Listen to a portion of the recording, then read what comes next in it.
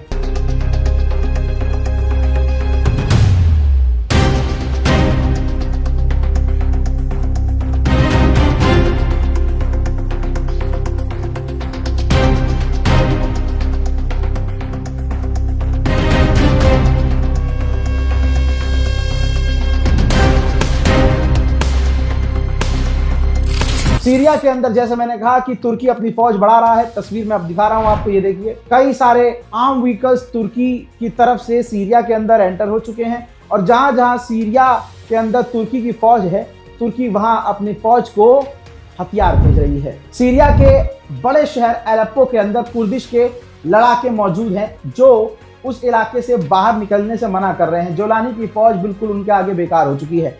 झड़प लगातार चल रही है, लेकिन इसकी वजह से वहां के आम नागरिक परेशान हैं और एलेप्पो में रहने वाले जो सीरियन लोग हैं अब एलेप्पो से बाहर जा रहे हैं।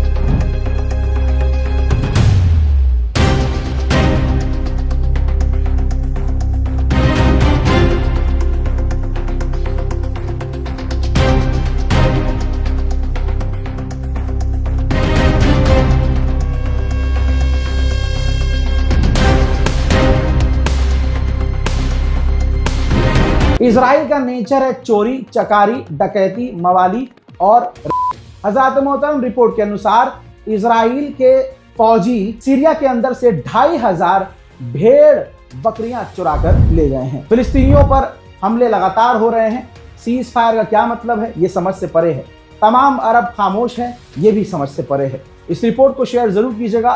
गाजा और फिलिस्तीन की मदद करने के लिए अगर दिल में कोई अच्छा ख्याल आ जाए तो ये बैंक डिटेल मौजूद है।